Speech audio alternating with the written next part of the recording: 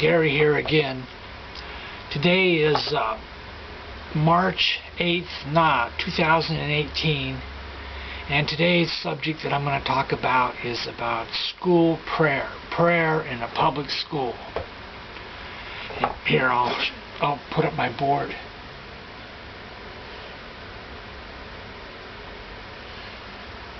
Okay. That's today's subject. Okay. Anyway, first off, I want to mention is that I have personal experience with that. I was born in 1948, and in the 1950s, I went to a public school from grade 1 to grade 6 in Milwaukee, Oregon.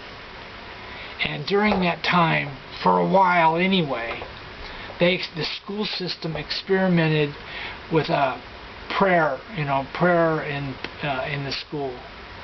And the way that the procedure usually started was like when you show up to class in the morning, and at a particular time, maybe it's 8 o'clock in the morning, they would start the classroom off with a pledge. Everybody had to stand and do the Pledge of Allegiance to the flag. And then the teacher would say a prayer for the class, and then maybe there were some other announcements or something, and then the formal teaching would start. Well, when they started doing that prayer portion of the classroom, I was a person who was not against. I was just a kid, but I wasn't against praying or prayer. And I did go to church occasionally and participated in some church activity. But I felt uncomfortable with it. And probably a lot of the other students felt kind of uncomfortable, because prayer is a very personal thing, really. And the teacher would lead us in prayer, and I would wonder to myself, I wonder what religion that teacher is from. It was as if they were trying to impose their religion on the students. And this is a public school. It's a secular institution. And it just seemed inappropriate for somebody to lead the class in a prayer, which is something that you would do in a church or maybe in your own home or in some private setting, but never in a public institution, a secular institution, where you have many different belief systems in the students. Some of the students may have been from different religions. Well, they were from different religions. Everybody was different religion, or no religion at all. Maybe no churches or nothing. And so you have this prayer being said by a teacher, and the teacher may be an agnostic. How many teachers were required to say a prayer when they weren't even they were just agnostic, or maybe they were an atheist or whatever.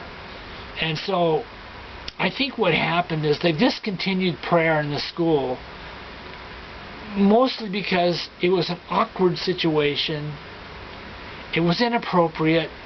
What is the school system going to do? They want to hire a guy that's a math teacher, or some kind of a teacher that they consider a good teacher, and he's an agnostic, and he's required to say a prayer in the morning. It's kind of and he may not want to do that, and he may say, "Oh, I feel very uncomfortable. I don't even pray at all."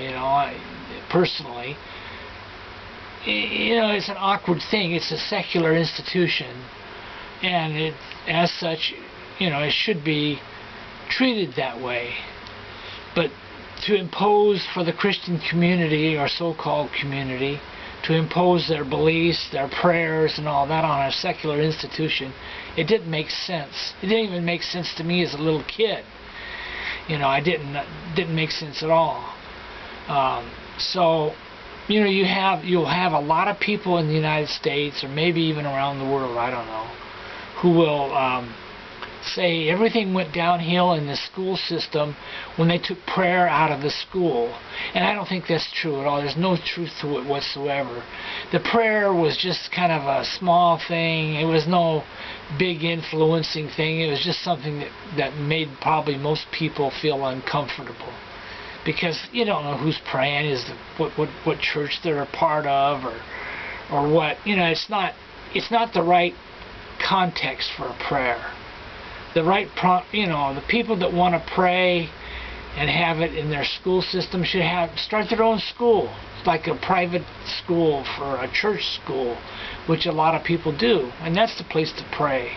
But not on a secular public school. There shouldn't be any requirement for the staff to have a prayer. But I've experienced it.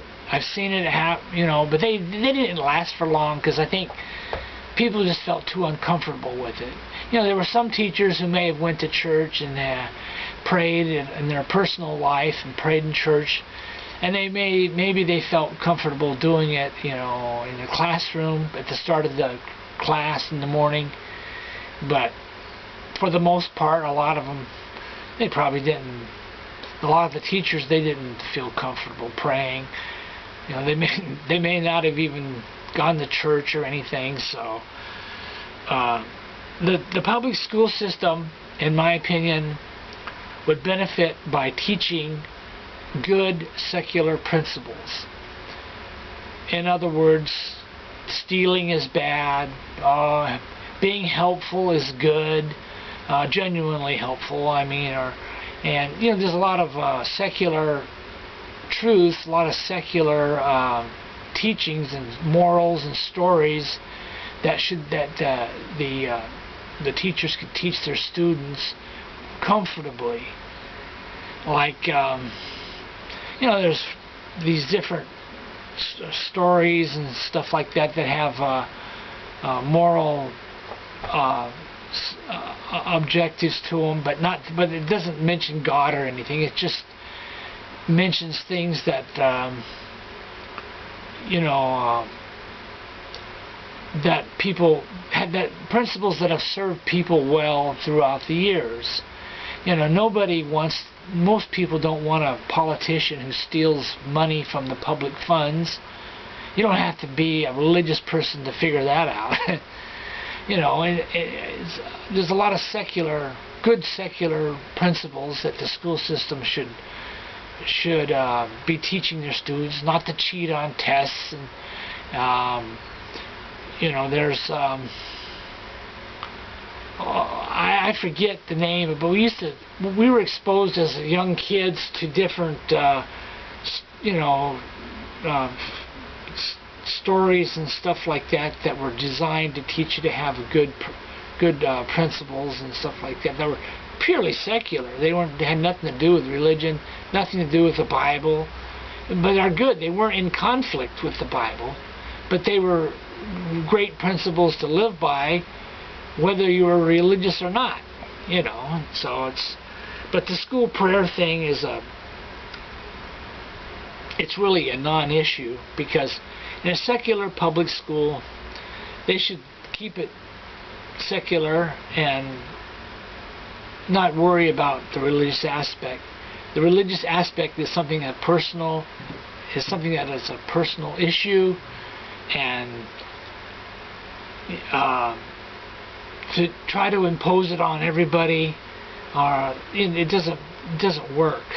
There's just too many people that feel uncomfortable with it, and it's complicated. It's like you said, what are you going to do? Hire teachers that are only religiously oriented that pray? Is that what you're going to limit your teaching staff to? There's a lot of good teachers out there who are agnostic and who don't go to church, don't have anything to do with religion, they don't pray or anything, but they may be really a great teacher, have good principles that they live by. So it doesn't really make sense when you start to analyze it. For the church to want to impose all their ideas on the secular institution just doesn't work. But anyway, I think that's about all I want to say about it. But I've experienced it. I believe in prayer. I believe in God. I believe in Jesus. But I don't believe in forcing Him on other people or in a secular situation. You know, it's a personal issue. Set a good example. That's the most important thing. So, okay. Anyway, that's it for today on this particular subject. Bye-bye.